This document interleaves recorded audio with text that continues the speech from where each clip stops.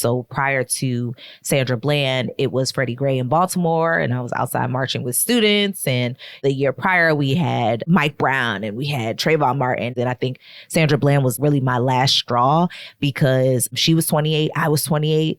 And I just continued to see myself in her. This could be me. This could be me. And it just felt like such a staggering and drowning experience. And I remember it was as clear as day. I was sitting in my cubicle at the nonprofit that I was working at. And it was as if somebody whispered to me in my ear, you should move abroad. Never had I conjured that idea ever before then, never thought about it. And someone suggested Cairo. So I literally booked a one-way ticket. So Sandra Bland happened July 2015. I was out of the country by August 2015. So I planned my move in a couple of weeks. I bought a one-way ticket. I remember having enough money to buy a little HP pink laptop. It was $99 at Walmart. I bought that and I had $400 left of my paycheck and I left. This is the Maverick Show, where you'll meet today's most interesting location-independent entrepreneurs and world travelers, and learn the strategies and tactics they use to succeed. And now, here's your host, Matt Bowles. Hey everybody, it's Matt Bowles. Welcome to the Maverick Show. I just want to start off by letting you know that I have recorded a free video training for you on stylish minimalist packing, which teaches you how to travel the world with carry-on luggage only without sacrificing fashion and style. Now, I have been a full-time digital nomad for over 10 years, and I go to beach locations and ski slopes and dressy nights out and local cultural events, and I never check a bag. And my carry-on includes a 3-piece suit, a professional podcasting studio, an espresso maker, a wine aerator, and the list goes on. Now, I have been teaching workshops around the world at nomad conferences about how to do this, and I have finally distilled it into a 60-minute video training that I recorded for you, and you can watch at themaverickshow.com/packing. It's completely free. It's just going to ask you for your email, which will put you on to the Maverick Show's Monday Minute email newsletter list if you're not already subscribed. And then you can press play and watch the video. It's waiting for you right now at themaverickshow.com/packing. And now let's get into the episode. My guest today is Imani Bashir. She is a travel journalist, storyteller, mother, political activist, and the communications director at Resist, a nonprofit organization that provides funding to grassroots social movements that are building towards collective liberation. With over 400,000 followers on her personal social media, her travel content has focused on what it's like to live abroad as a Black Muslim digital nomad, and has consistently amplified the struggles of marginalized people worldwide.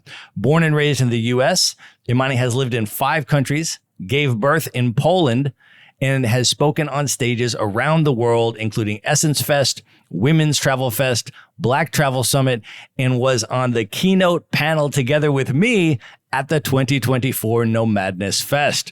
She has been a longtime supporter of the Palestinian liberation struggle and co-authored the Travel Industry for Palestine petition. Her travel journalism has been featured in the New York Times, the Washington Post, NBC, BBC, Travel and Leisures, and many others that you would know. Imani, welcome to the show. Thank you so much for having me, Matt. I am very, very happy to be here and have this conversation with you. This interview has been a long time coming, and you are one of my very favorite people. So I am so excited and honored to have you on the show today.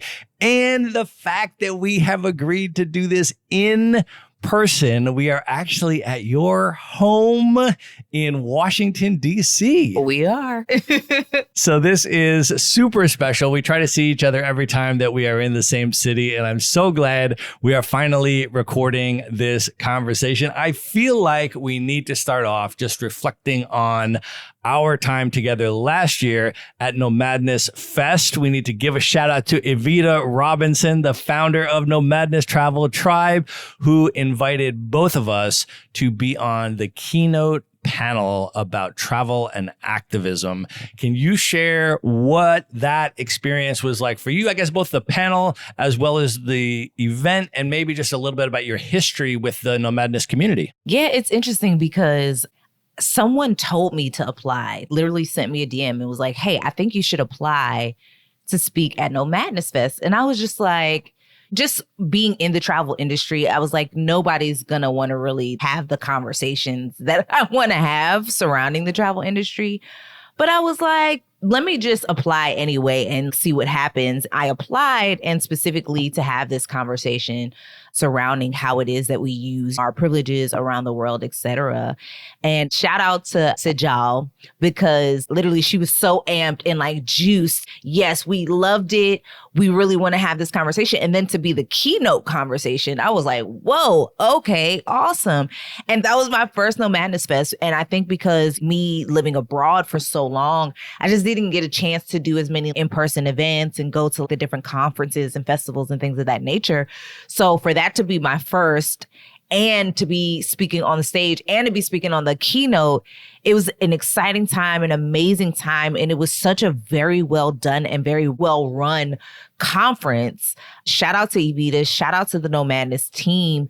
For me, I was like, wow, to be in a room with the people that I've connected with online, but had never gotten a chance to meet in person. And then to have such a great conversation with you, it was just the cherry on top. Well, let's talk a little bit more about the dynamic that you mentioned about why those types of conversations are not being platformed at most travel events. Can you share a little bit, just for folks to understand, of the macro analysis of how the travel industry and travel journalism broadly is often contributing to neocolonialism, and then maybe also what travelers and travel content creators can do to try to disrupt that? When we think about this, and I also have to shout out to the Society of American Travel Writers. They actually invited me. I applied to speak there, and I applied to speak with having the conversation about decolonizing travel writing and how it is that we approach the storytelling in a way that's very Christopher Columbus-y. And they were open to the conversation and was like, yes, ensured that I had an Indigenous person on the panel.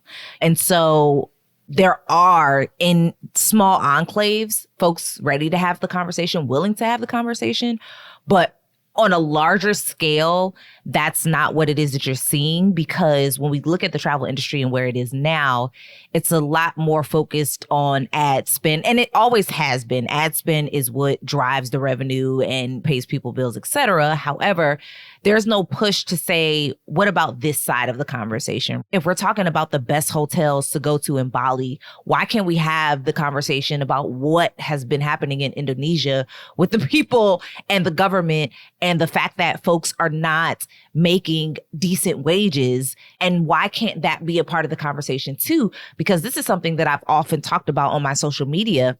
If you don't know where a country or a city in that country stands economically, it is not safe for you to travel into a place. So imagine you going to Jakarta, which there was actually I don't even know if he was a content creator or if he was just going to Indonesia to actually travel. And he ended up right in the thick of protests. And he's white British guy, and he's like running. He's like, I have no idea what's going on.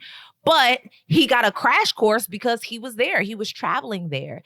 And I think that when we negate those sides of the stories, when we negate what's happening in Madagascar right now, when we negate what just happened in Nepal, when we negate what is happening in Mexico City with the local people protesting gentrification, when we see what happened to the tourists in Spain because the people have had enough and they're like, our rent is too high, get the hell out of here.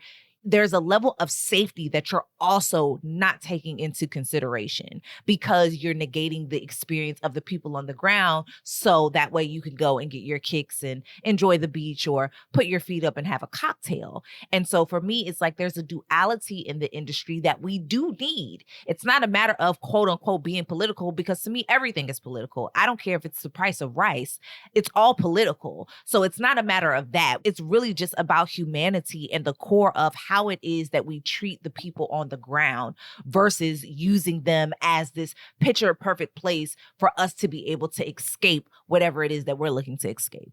So do you have any tips or best practices or things for travelers to keep in mind as we're moving through the world? And then also, if people are travel content creators or looking to become and build their brand as travel content creators, any advice for them in terms of approaching these dynamics? Yeah, I think it's important that, number one, we recognize that social media is one of the biggest tools to get information. I can find out what is happening in Madagascar on TikTok before I can find that out in the New York Times, because they're not going to be as subjective as I need them to be to really report what is happening on the ground versus me getting it from a content creator who is boots on the ground and letting me know what is going on there. So if you're somebody that's looking to be a travel content creator or a travel influencer, there's a duality that you can have, because we've had those conversations about, oh, hey, here's the cheapest place to go. Well, why is it cheap for you to go there, but it's not cheap for the people who live there? That's a conversation that you cannot negate, because that lends to that neocolonialism of, hey, it only cost me $20 to stay in this hotel. But how much is the person that's at that hotel that's working for you actually making? And we've seen this example in Hawaii when the people were like, please do not come here. Your U.S. Navy has poisoned our water. The fresh water is going to all of the resorts and the hotels, but the community is not getting any. And so if you're not willing to say, oh, my stay is contributing to somebody else's subjugation, then what are we doing as travel creators? So for me, it's like, you may not necessarily be the person that's as boisterous as I am to call the thing, but you can say to people, hey, I've been watching kind of Kamauli content creators saying that these are the best practices if you're coming to visit that you can partake in. For me, I did go to Hawaii. I went for FestPac for the Pacific Islander Festival. It was absolutely amazing. But I also planted trees when I was in Hawaii. And I remember my tour guide saying, hey, people usually opt out of this part of the tour. And I was like, excuse me? It was probably the best part of my experience there, outside of talking to the local people, to actually engage them in what they've been experiencing, the mass homelessness, the oh my God, the cost of rent there. One of the guys that had driven me to one of the events at FestPac told me to go to a grocery store and look at the price of eggs and milk. And I was absolutely floored at how much people pay for just everyday things. And so for me, that gives me the opportunity to say, hey, yes, I did go to Hawaii, but I spoke to the people on the ground. I engaged with them in what it is they needed and what it is that they require from us as travelers, as outsiders. And so it's not always necessarily just don't go there. Sometimes it's a matter of actually engaging with the people on the ground. Get outside of your resort and talk to people and engage with them and see what it is that they need from us. If we're saying that, oh, our tourism dollars, well, they need tourism. No, they don't need tourism. What they need is intentionality. And what they need is people that are going to go there and that are going to spend their dollars wisely and that are going to get back to the communities and the people that need it most. Yeah. And I also tell people that the things we do when we're traveling, really, from a politically principled perspective, can and should be the same things that we can and should be doing when we are in whatever our home city may be, in terms of the communities that are in struggle there, and raising awareness around who is benefiting, who is not benefiting, at whose expense, what are the terms of the struggles that these marginalized communities have, how can I learn about them, how can I then stand in solidarity with them on their terms.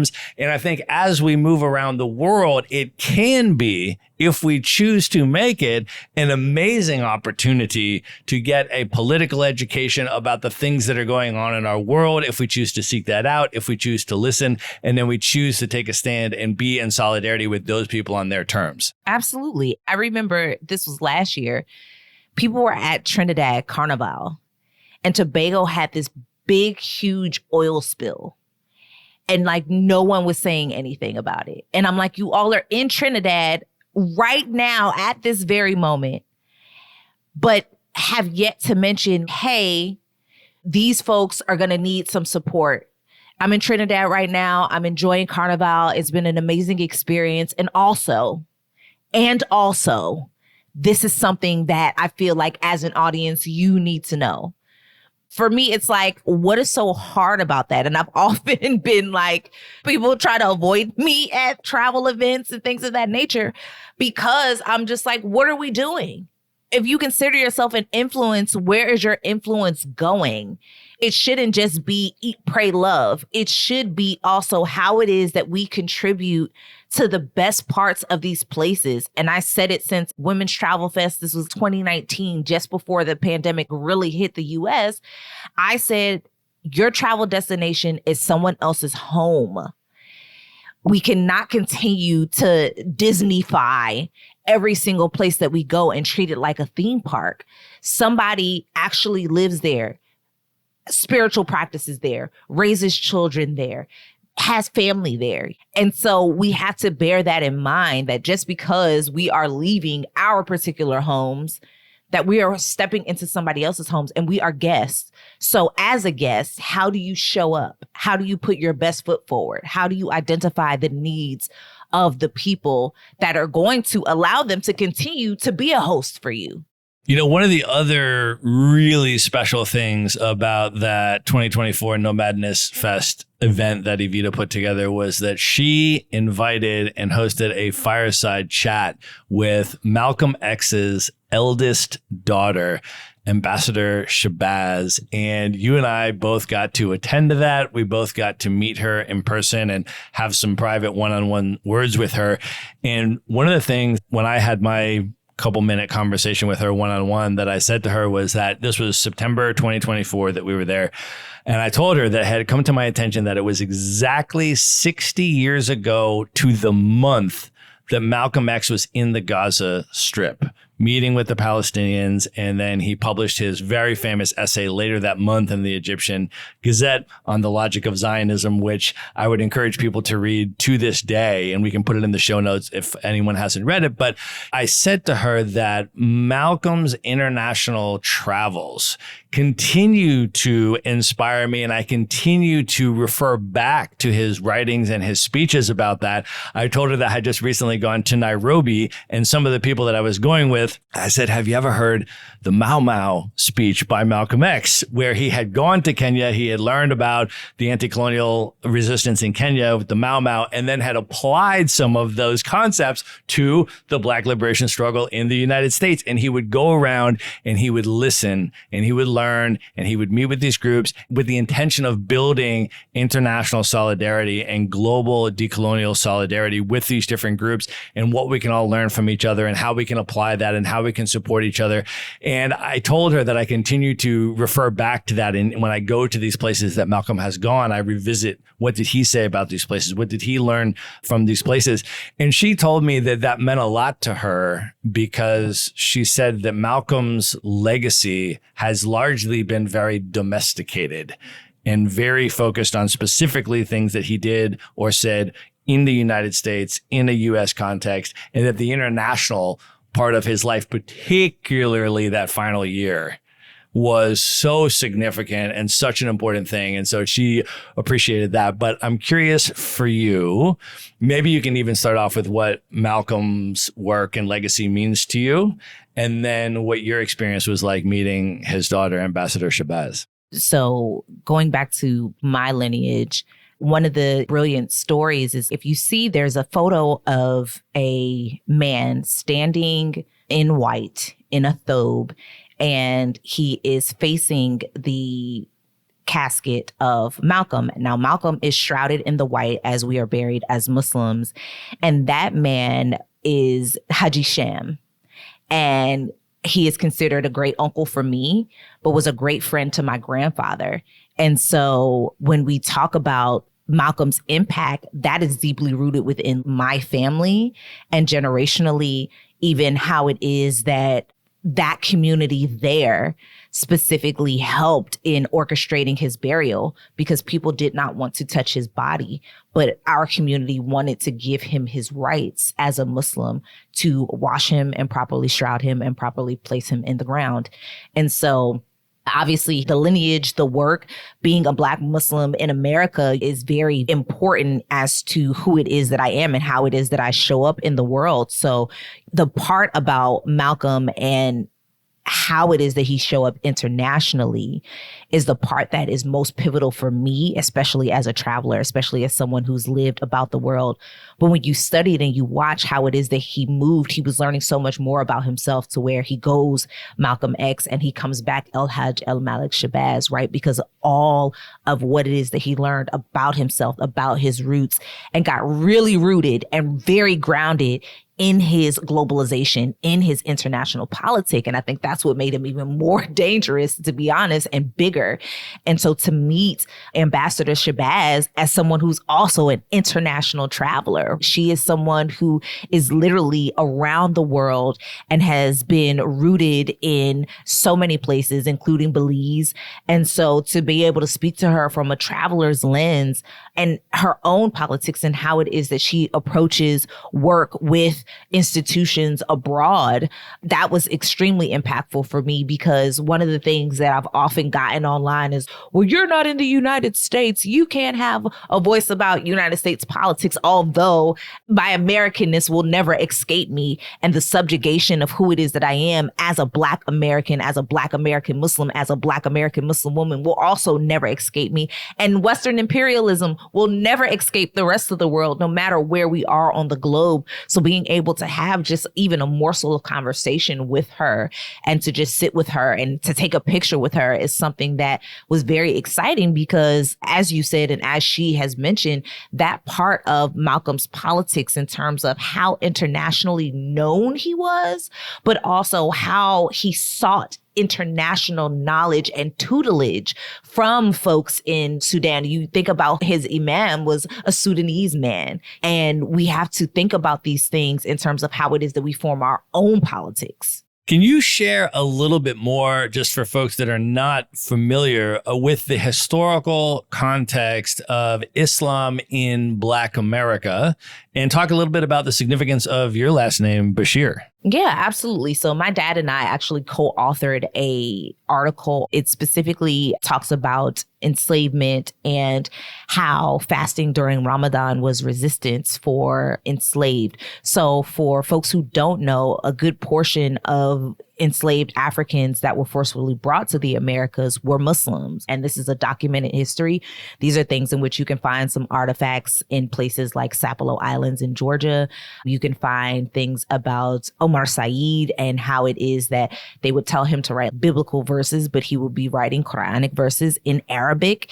And you can find that in the African American History Museum in Washington, D.C. You can find dhikr beads. Dhikr beads are similar. They look kind of like rosary beads, but they are something that we say during prayer or even during the day. But they have some of those. They have a lot of things historically that people are like, whoa. And so our history and our lineage is rooted here, very much so. And there's also aspects in which there has been work that have been done to correlate the call of prayer during enslavement with how blues music was created. And this is work that has been done over many, many years to show the correlation between the two. And so you will hear the name Bilal Muhammad in Georgia, and you will hear Bilali. People will say Bilali. People that come from there. There's multiple generations of families that come from people who kept their traditions. So they prayed and they fasted during Ramadan, and they would wear a fez or they would wear a headscarf to try to keep as much of the Islamic traditions as possible in America. So that is very much important as to who it is that I am and my name, because my name, Bashir, means bringer of good news or glad tidings, which is very interesting because I've been a journalist and I talk shit on the internet and all those kinds of things. So I embody the name, but more importantly than that, my grandfather, Yahya, and my grandmother, Sakina, which are my paternal grandparents, actually had to go to court to fight to keep our names because they weren't considered Negro names. They actually went to court to have to fight to keep our identity, and they won. And so that is a very pivotal portion of my story, of my family's story, of the many generations of resistance that exists in who it is that we are as Black Muslims in America, that we would keep some morsel of identity of who it is that we are and continue in that tradition. Can you talk a little bit now about where you grew up and what the dynamics were as you were coming up in terms of your connection with the local Black community, the Muslim community, and how you navigated your identity coming up? So I have a duality in that growing up because both of my parents are my mother's from East Orange, New Jersey. My dad's from Elizabeth, New Jersey. Their parents all from the South, and obviously that migration of folks to the North. And so they're from New Jersey, which generationally have had a big Black Muslim community. I've got thousands of cousins. Everybody's saying Assalamu alaikum when you walk into folks and things of that nature. But I was born and raised in Prince George's County, which is considered one of the Black affluent counties in the United States of America. And that also comes from enslavement and folks that migrated, found different jobs and work and things of that nature, started moving into the federal government when that was allowed and began to really grow and blossom Prince George's County as what it is. But in PG County, there wasn't such a huge Black Muslim presence as it was in New Jersey, where my parents are from. So in New Jersey, that Black American rooted Muslim presence was there. Here, we have more of a presence of international communities. And so it was often difficult for me, I would say, growing up to find that identity because I have an Arabic name. I'm a Black girl. I'm American multi-generationally, not first or second generation. And then you have such an international presence in the masjid or just in Muslim circles as well that aren't very deeply rooted in our history and who it is that we are and how it is that we were very pivotal, even in terms of civil rights, in the allowance of people to have this religious identity here and this spiritual identity here. And so for me, yeah, it was definitely difficult for a while because the majority of my friends were Christian. And it was like, oh, you don't eat pork, or just always the multitude of questions that you get in as a kid. You're just, oh God, I don't want to answer questions. I don't want to play like round robin of my identity. But then eventually I was able to step into that because I'm like, there's an area in which I get to educate people on who it is that I am, on who it is that we are, and how we've been here for so long till this day that people just don't know that we've existed. And I think that that's obviously very intentional. But yeah, you deal with some anti-Blackness within those spaces and you navigate it in a way. For me, navigating in a way is like, I'm not going anywhere where anyone just won't accept me or won't pray next to me or won't see me as a human being. That's your own issue and you got to deal with that anti-Blackness. But it also ties into this very real thing of where we have to explain to international Muslim communities that whatever it is that you exhibit towards us, you will never be considered white in the United States of America, no matter how much you try to shorten your name, no matter if you take your headscarf off, your identity is always going to be what it is. And the example of Black Americans and Black Muslim Americans specifically and how it is that we have continuously resisted across generations is a crash course for everyone that comes here that wants to build communities and really understand how to resist the fascism of our government and how it is that they've continued to subjugate Muslims even prior to 9/11. Well, first of all, salute to your father. I have seen you two do some video collabs together, and I have been so inspired and impressed. Can you share a little bit more about him and how you were raised, particularly in terms of political activism? So I think for my dad, when you're growing up in the 50s, 60s with the name Muhammad as a Black kid, you got to step into that role no matter what. Like you're either ready or you got to get ready. You know what I mean? And so I think with him being the eldest of 8 children, being raised in the 50s and the 60s with the type of parents that he had, that groomed him to be a titan in the world and to understand that you can't be small. And it's funny because my dad is considered a little guy, like a small man, but he's such a big presence. He knows who he is and he's very confident in that. And my dad was a criminal trial attorney, a defense attorney for nearly 30 years. And I remember I would go to court with him and I would sit And I would just watch him. And I just always thought he was a superhero because of the way that he attacked the justice system.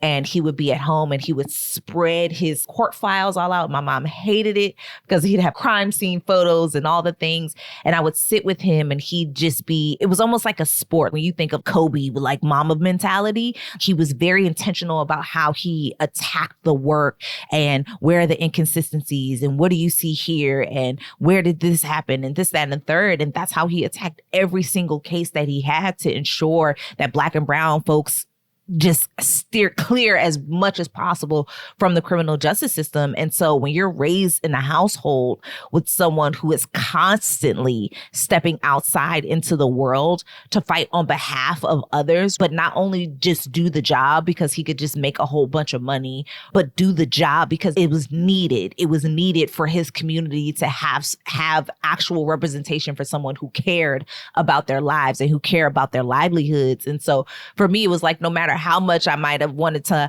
hide from my identity, it was always there. My dad always reminded us who we were, how we were to show up in the world. My mom always had this saying, no matter where you run and hide, the truth is always going to smack you in the face. So you either embrace it or you're going to get hit by it. And so it was just one of those things that we were always reinforced. This is who you are, but also this is what the world is. So we're going to prepare you now to be much more confident and much more stronger to be aware of how it is that the world sees you, but how it is that you see yourself and how it is that you can better position yourself in this world. What was your experience like in the aftermath of the September 11th attacks? PG County, just for folks that don't know, is right outside Washington, D.C. What do you remember from that period and how did it impact you? So what's interesting to me is that you'll hear from a lot of international communities where it was like, oh, we were so scared and we started getting surveilled and all that stuff. That stuff was happening to us before 9/11.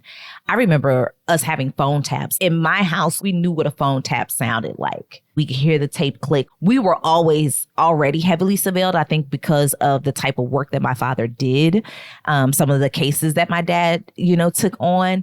And so that was always a thing for us.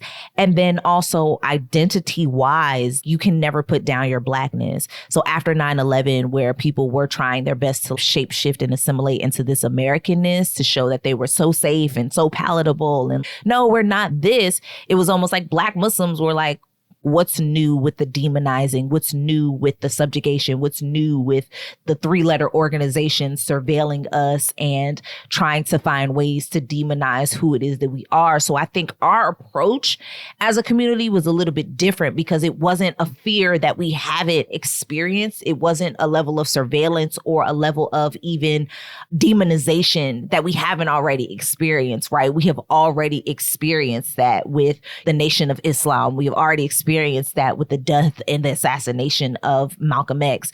And so for us, it was just, oh, okay, this is just another layer of where it is that we're going to have to be much more aware of how it is that we show up in the world.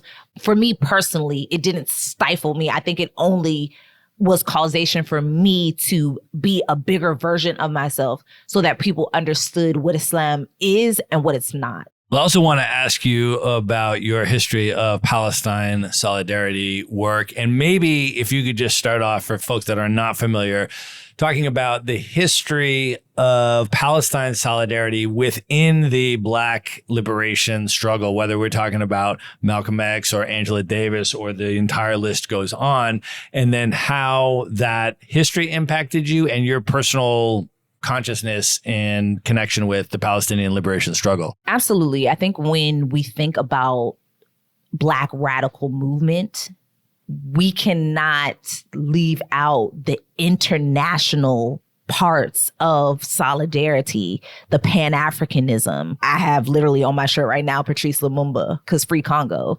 And so for folks who might not necessarily be well read in Black radical tradition, like you said, you named a few names. You named Malcolm X. He wrote literally an entire essay talking about the people of Palestine. We have people like Kwame Ture. We have people like Angela Davis. We have an entire Black radical tradition that said their struggle is our struggle. And here's why.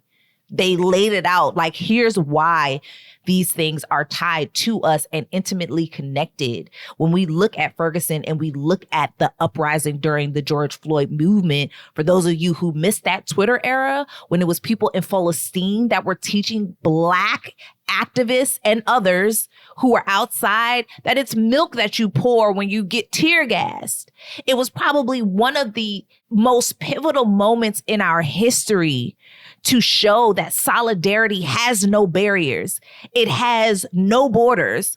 And literally people were educating us literally from across the river and the sea to let us know how to protect ourselves in that moment, right? When we think of Hurricane Katrina, it was literally Palestinian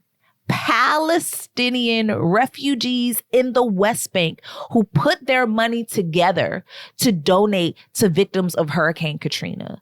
People don't know this, and I'm talking about thousands of dollars. These are refugees in the West Bank and Palestine that said, wait a minute, what is going on?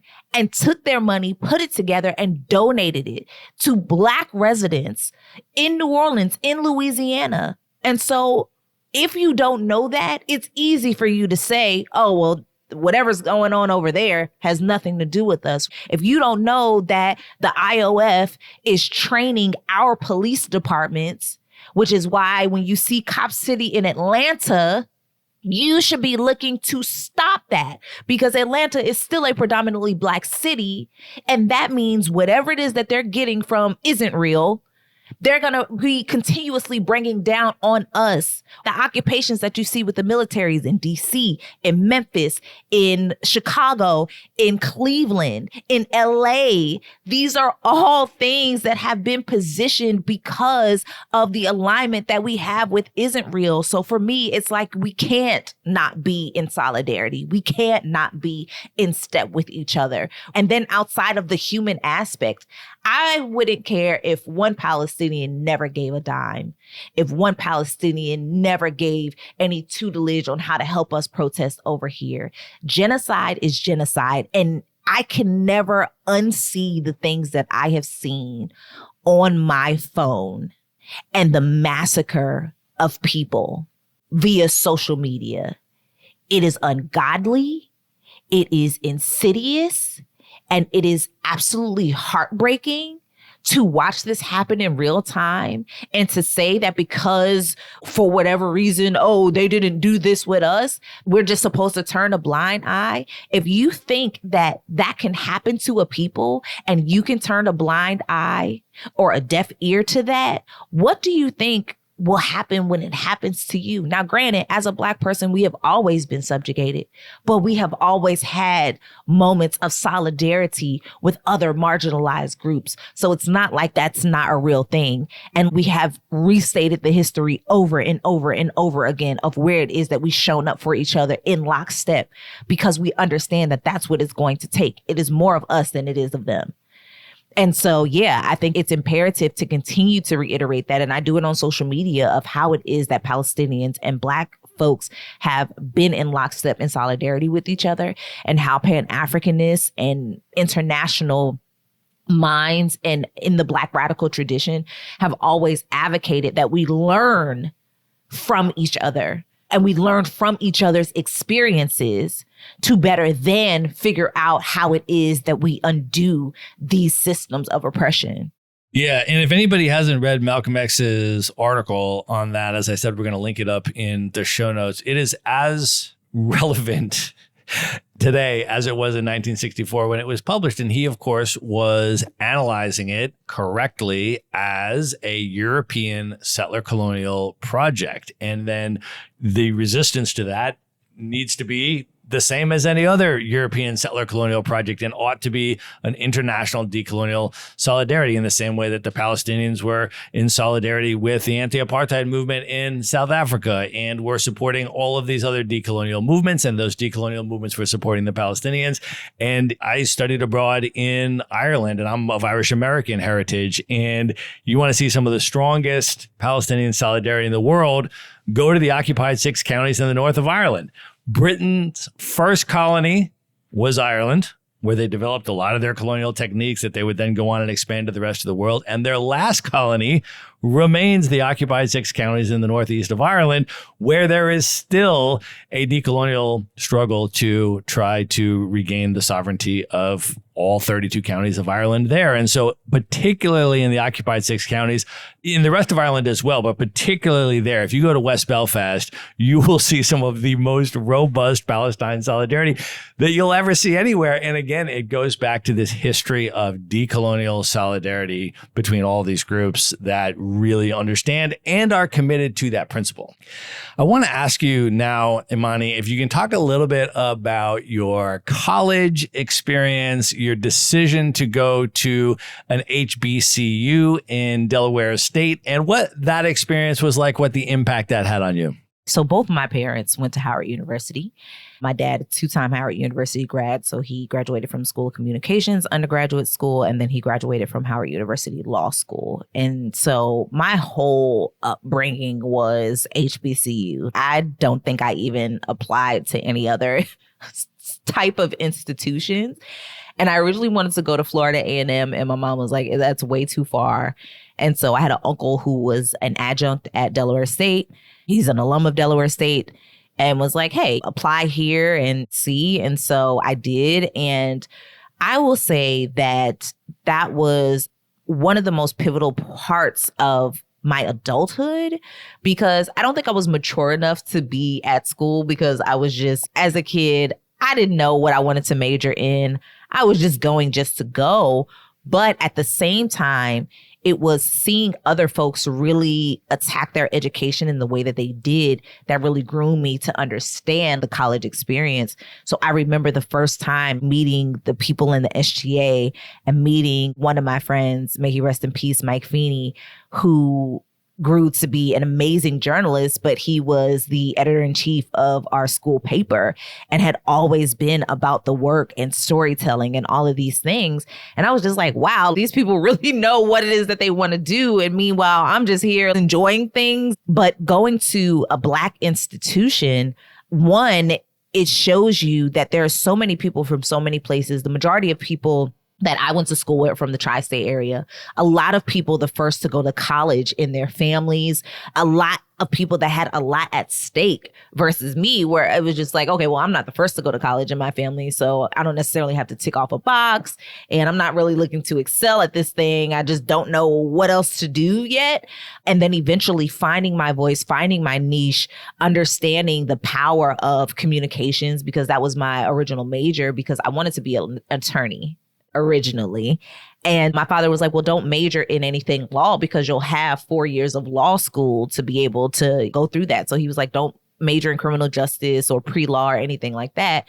Just major in something that you're good at. And I was always good at writing, and then eventually learned the craft of broadcasting and getting on a microphone and being behind a camera and being in front of a camera and all of those things. And so the creativity that you see at a Black college, the way that we didn't have all of the resources, but folks made it work. Folks had reality shows, reality TV shows. They did rap battles at this college, and they would put it on film and they would show it in the student center and things of that nature. And those were the things that I will constantly remember. And obviously, yeah, college parties and all that stuff. But I think the pivotal portions were seeing how people made something out of not having the best equipment or not having the most expensive high-end this.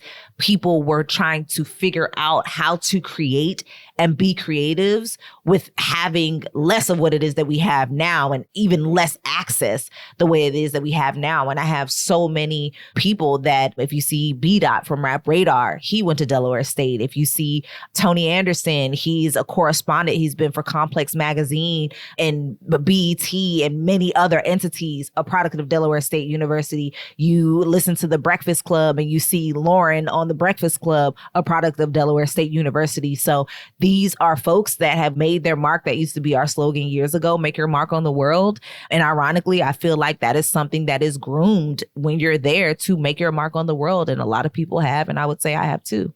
Well, I want to ask you now a little bit about your world travel journey. And I feel like a good place to start, if you can share a little bit about your grandparents' decision to move to Egypt and then your experience getting your very first passport and going to London. So my grandfather's wife worked for the Board of Education of New Jersey for a very long time, a longtime educator, and wanted to take students for this immersion type of program that they wanted to start. They would take the kids for a couple of months out the year, bring them back, etc. And then 9/11 happened. When 9/11 happened, the parents were like, please don't bring them back. What do we need to do? How can we maybe financially support you to just keep the kids there? You know, she was like, well, as long as y'all are willing to pay, because feeding kids ain't cheap, then we'll figure something out, to where it became like a year-round type of thing. And my grandfather, who had a beautiful home in New Jersey at the time, he was like, well, I guess we'll just sell the house and we can just head over there. And that's what they did. And his goal was never to come back to the United States. He actually passed there. He's buried in Cairo. That was really huge because I had never had an experience of anyone in my life that I knew of to make the leap to live abroad. And then my youngest brother, who was, I believe, 7 at the time, my parents allowed to go to do the study over there. And so he spent some time in Egypt as well. And then when I got my passport, I always say that I was a late bloomer because I was in my 20s. And I had never looked at international travel as something that was super necessary. It wasn't on my purview. It wasn't on my radar. And I think the United States has a very great job of keeping our world very small and boxy, to where it's like, oh, you don't need to go to these places. You don't need to go over there. And I took a girls' trip to Puerto Rico, which is a U.S. territory. But when you go to U.S. territories, you can see why they were invaded and colonized and things, because they're so not the 50 states. And even with Alaska and Hawaii, they are also so outside of the culture of Americanness and westernized things. You have indigenous cultures and you have some very rooted cultures in these places. So when I went to Puerto Rico, although it is American territory, it was like, wow, this is beautiful. And I didn't know much about it. And I got a chance to actually go to a home of people that live there, and we ate. And it was, okay, this is fantastic. So that was like my first taste. And then my brother was getting married, and my sister-in-law is Somali, but she's from the UK. She's from London. And with Somali tradition, they have 3 days worth of wedding. And so my brother was getting married in London, and I didn't have a passport. I didn't have anything. So it was like, okay, cool. So I guess I'll get my passport. So it went from that to actually getting to London. And it was so outside of what it is that I could conjure in what it is that we're shown in the US. I really thought that they had tea time, and everybody looked at me like, girl, what? But then also they were like, well, do y'all own guns? So it was like one of those kind of things, like a crash course about each other. But even just seeing the amount of internationally Black faces in a place like London, didn't know that existed, didn't know that they had ethnic food. I thought it was like fish and chips and Cheerio and all the goofy stuff that we just are ignorant about. And it was like the moment, an awakening of like, whoa, 1, we're everywhere. 2, this is pretty cool that people migrate in this way. My sister-in-law's mother had to flee Somalia to go to Kenya. And then from Kenya, wanted to seek better opportunities for herself and for her children, and came to London. And so there's so much that's wrapped in the stories of people that are there. And I'm learning about people, and the Somali aunties are trying to speak to me in Somali because they think I'm Somali. And I'm like, auntie, I don't know what you're saying, or they're trying to speak to me in Swahili. And it was really just such a beautiful moment for me that showed that we were so far from understanding that we are more alike than we're not. And Puerto Rico was my initial taste of life outside of the 50s, the 50 nifties. But London was that international moment where I was like, wow, the world is so much bigger than what it is that American has given us the opportunity to experience. So now I want to see more. You know, what's really interesting that you say that about London is The very first time I went to London, which was when I was studying abroad in Ireland, which is back in 97, 98, go to London. And then it's like, oh, what are the tourist things to do here? I should see Big Ben. I should see Buckingham Palace, whatever the sort of iconic tourist things are.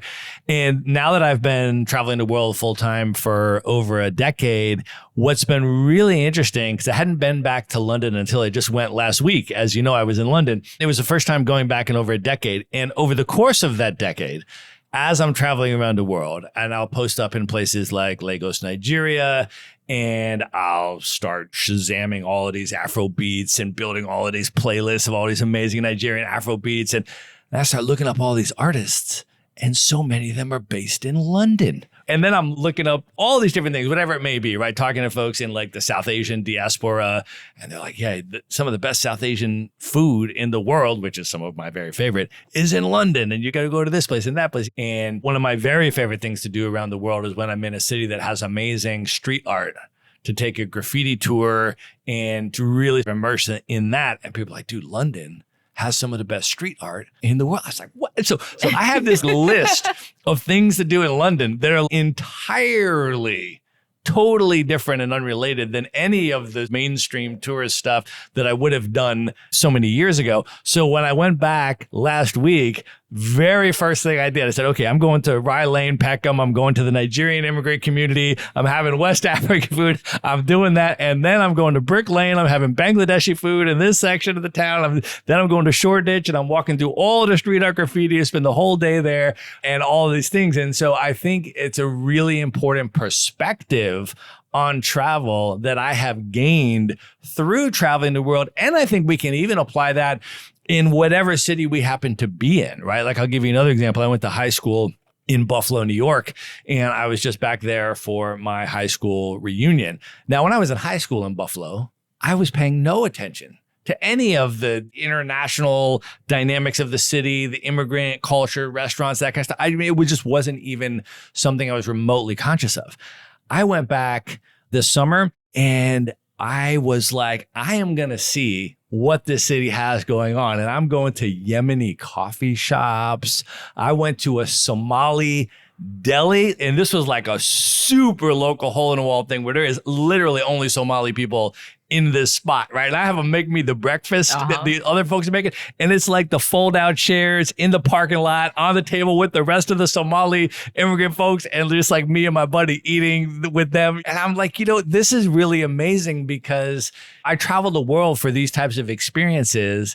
And if you're willing to look for them in most major cities, there are extraordinary immigrant communities there and cultures that have been literally brought to you. I mean, that's one of the things that I tell people, like, with all this anti-immigrant, xenophobic stuff and everything, I'm like, I literally pay to travel the world, to go and be able to have the privilege to immerse and experience these beautiful, extraordinary cultures. These people here have literally come to you. Mm-hmm. You have to pay no money. You can just go and have it. It's right there. And there's like animus towards that. Like, my brain can't even fathom that. Yeah. Even now, like when I get on an airplane, you can tell who's MAGA, but they're headed to Mexico. And it's like, this is quite interesting. Like, even after these big protests with the white supremacists in the UK, there's pictures of these folks at the Daisy food stand getting their naan bread and their butter chicken. But immigrants are bad? What are you going to eat? Beans on toast? Seriously, let's be serious here. It's pretty amazing. Imani, I want to ask you too, before we get into your travel journey and your living abroad experience, can you share a little bit about the history of Black expatriation and people like James Baldwin and Maya Angelou that chose to leave the U.S. for extended periods of time and live in other countries for extended periods of time? And did you have awareness of that before you left on your journey? I didn't know how many Black Americans actually lived abroad. And I actually learned about Maya Angelou's journey while living in Cairo. And so then that became like a whole fun part of wanting to retrace her steps, trying to go to the newspaper that she was an editor at, trying to see, I wonder if she walked around here. Or I wonder if she did those things. And so, yeah, I learned as I moved along. Like I knew about James Baldwin in Paris, because I think that's probably one of the more infamous stories that you learn about. And then you also learn about how we had this almost Black Renaissance in Paris of so many creatives that went there, including Josephine Baker, including Paul Robeson, et cetera. But I think I started to get into the meat and potatoes of Black Americans and their expatriation journey in my own journey, and really understanding that, number one, migration is a very human thing. It's a very human act that people are always going to be seeking better, whether that's better accommodations or better quality of life or lower cost of living, whatever it is, better weather. People are going to move where it makes sense. It's just a natural human thing. But people make it seem as though Black Americans are just, we grew here in corn stalks and we just love it and we haven't been anywhere.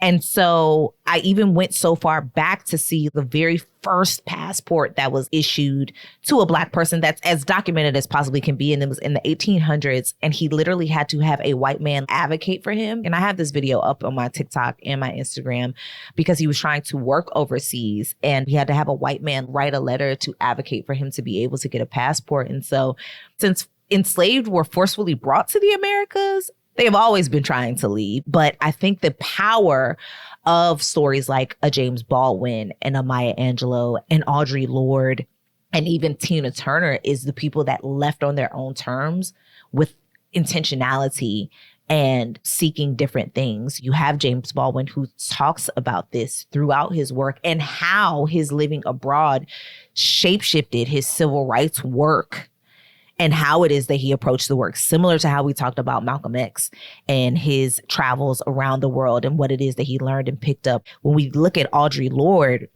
lived in Mexico. Audre Lorde lived in Germany.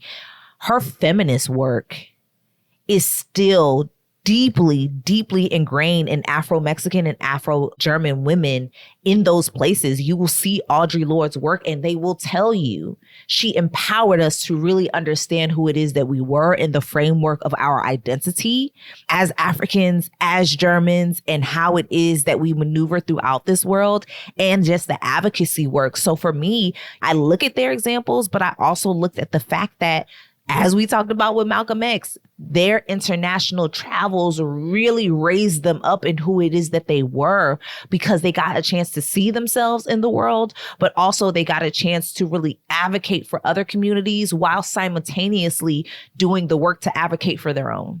I want to ask about your decision to leave the U.S. for an extended period of time. And I think I want to start this off by asking you about Sandra Bland. For people that maybe have never heard the name Sandra Bland, can you talk about who she was, share some of her story and what ultimately happened to her, and then how that impacted you? Yeah, so Sandra Bland was a 28-year-old Black woman who, from what it is that I learned, she had been interviewing for jobs, and I think she had just found her dream job or something of that nature.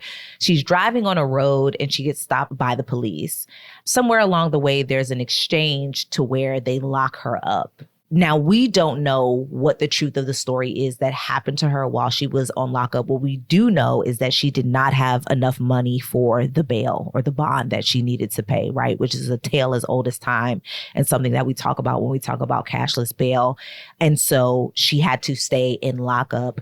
And somewhere along the way, she ends up being killed by police. Now, they called it death by suicide. And obviously, we call bullshit even till this day. If you, and trigger warning, if you were to look at the picture that they have of her in the orange jumpsuit, people presume that she was already deceased in that photo. This was July 13th, I believe, of 2015. And I remember hearing her story, and prior to me deciding to live abroad, I had already been doing a lot of work. At that time, I was working in a nonprofit organization during the summertime. I would be broadcasting throughout the year because I was a sports broadcaster, but I would still be doing a lot of different movement work. So prior to Sandra Bland, it was Freddie Gray in Baltimore, and I was outside marching with students. And the year prior, we had Mike Brown and we had Trayvon Martin. And I think Sandra Bland was really my last straw because because she was 28, I was 28. At the time, I was trying to find my dream job. I was applying to all of these big networks because I thought I was going to be like the Black Muslim Pam Oliver on Sidelines. I just really thought that was just going to be the thing. But as I'm applying, I learn of this. And obviously, this is national news. I believe it might have been international as well. And I just continued to see myself in her. This could be me. This could be me. And it just felt like such a staggering and drowning experience outside of the fact that I have my degree. I have all of this experience in this broadcast industry, but nobody wants to hire me. And so just having to deal with that and rectify that. And I just moved back home with my parents and all the things that they tell you about this American dream that I knew was a lie. But I still, you still go through the systems and try to play the game as best as possible. And I remember it was as clear as day. I was sitting in my cubicle at the nonprofit that I was working at, and it was as if somebody whispered to me in my ear, "You should move abroad." Never had I conjured that idea ever before then, never thought about it. And so the first place I went was Facebook. And I was looking up expat groups. And I remember joining Black Americans Living Abroad. We call it BALA. And I've been in BALA for years, over a decade. And I remember just seeing conversations and asking people questions and things of that nature. And someone suggested Cairo because they were like, well, if teaching is an easier job to get abroad as an American, but there are stipulations in some places, because I was looking to try to go to the United Arab Emirates because I heard they paid the most and tax-free and all that. I was like, yeah, sign me up, whatever. But they usually look for a teaching license and all this stuff that I just did not have. So when it came to Cairo, I literally booked a one-way ticket. So Sandra Bland happened July 2015. I was out of the country by August 2015. So I planned my move in a couple of weeks. I bought a one-way ticket. I remember having enough money to buy a little HP pink laptop. It was $99 at Walmart. I bought that and I had $400 left of my paycheck. And I left and I had no job lined up. And I literally lived with someone that had a 2-bedroom apartment. And she was like, you could just stay here with me till you get on your feet and figure things out. And literally the day after I landed, I went to a school. It's called Nefertari International School in Cairo, Egypt. I had a 3-hour interview with multiple people and they hired me to teach 10th and 11th grade English literature. Well, you and I missed each other by less than a year because I lived in Cairo for about 9 months in 2014. Wow. And so I left right before you got there. It was my third time in Egypt, too. I had initially gone around 1998, which was my first trip to the Middle East as part of a study abroad program, which is my first time I went to Palestine as well. And then I went back in 2012 and I lived in Cairo for a couple months in 2012 in the Mohandesin community, and then went back for 9 months and lived in Zamalek for 2014. And so you and I just missed each other. Yeah. But what was your experience like in Cairo? I tell people Cairo has that New York spirit. If you can make it here, you can make it anywhere. Cairo was my crash course on really surviving a place. Number one, not knowing the language. So you have that. Culturally very different. Yes, I'm Muslim, but when people think like, oh, it's a Muslim country, it's not that. It's not so stringent on things like, yeah, you're going to experience Ramadan and Eid in a bigger way than you would experience in the United States, but it's not so like stringent on what you wear and that kind of thing. It's not that. There are Coptic Christians there and things of that nature, but it was my crash course for life. And I remember I would go to school and I had my 11th graders. To this day, I'm connected with a bunch of their adults now, but I can't see them that way because it would make me cry. But I had one student, Maria, who literally anytime I go back to Cairo, we have coffee, we chat, we do all the things. And she would not speak to me in English. Now, I know that sounds, okay, well, why you? But that was the rule for the class because it was an English literature class. It was like, we want our kids to be better at the English language. So it wasn't so much like a colonialist mentality, like you need to speak English in here. It was more so like, no, we want you to be better at speaking, writing, reading, comprehension, those kinds of things. But she would not speak to me in English. But what I ended up really understanding was they would sit with me because I would sit and I would talk to them and we would talk about culture and we would talk about politics, things that they could not talk about outside let's be reminded that when you go to certain places, the quote unquote freedoms that we have as Americans, other people just do not. At the time when I moved there, Netflix wasn't even allowed. Even if you had a password and account, you could not get into Netflix in Egypt. So I remember them asking me, what do you do the most here? And I was like, well, I shop. I like to go to the souks. I like to go to the markets. And so they said, okay, you need to learn your numbers, right? And they taught me my numbers 1 through 10, and then by the 10s all the way to 100. So 10, 20, 30, 40, 50, 100. They taught me how to say how much. Became, miss. When you ask them how much, it's became. Okay, cool. They taught me how to tell people to F off. And you have to be aggressive and you have to use your hands, etc. And I remember the first time I went to go take a taxi because I'm like, I got to test this out. So I go up to the taxi and I put up the number 5 and I say, Hamza. And the guy drives off. So I'm like, what the fork? What is going on here, right? Now, back then, y'all, I was going to Starbucks. This was 2015. Do not hold it against me, okay? So I was like, well, the reason I was headed there was because I'm like, I know there's somewhere I can find internet, I can talk to my family, etc. Right? So I decide to walk. I'm like, okay, I'm just gonna walk. And then I get back to school and I tell them, I'm like, y'all, I told the taxi driver, I held up the number 5 and I said, Hamza. And they start laughing. And I'm like, what? And they were like, miss, is Hamza. Hamza. And not only were they teaching me the language, but they were teaching me how culturally to enunciate the language and how to use my body language and how to culturally immerse myself in the ways in which I said a thing so that people would respect me and take me seriously. But what I also recognize is that they were teaching me a level of safety that I needed to survive there in teaching me the language, in how to get around, in being able to communicate with the community. But in a sense, I always felt like they were also keeping their community safe. Hey, you're a foreigner. Don't come up in here trying to speak English to everybody and expecting that they're going to speak to you back. So my best route was always going to the street. I like to go to the mall and other places, but I always wanted to test out the language. So I would always catch a taxi, even though they had Uber. They had a service called Kareem, which is like a Uber in the Middle East. But I would catch the taxis and I would always go to the outdoor markets in the souks to test my language. So yeah, it's a very aggressive culture. If you're not used to that, it could be off-putting in some way because some people who choose to move abroad, they want something that's a little bit milder, a little bit slower. Cairo is not that. Cairo is very aggressive and you need to be on point, going to somewhere like that. But it was my starting place of learning myself, what it is that I was made of, what it is that I was willing to do and even endure as a foreigner in a place that I opted to come to. And it really, really helped shape my perspective on the world and how it is that I moved about it. And it holds a very, very special place in my heart forever. All right, we're going to pause here and call that the end of part 1 for direct links to everything we have discussed on this episode, as well as all of the ways to find and follow and connect with Imani on social media.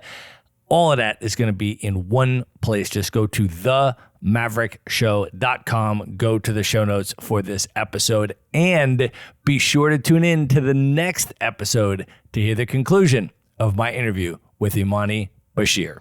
Good night, everybody.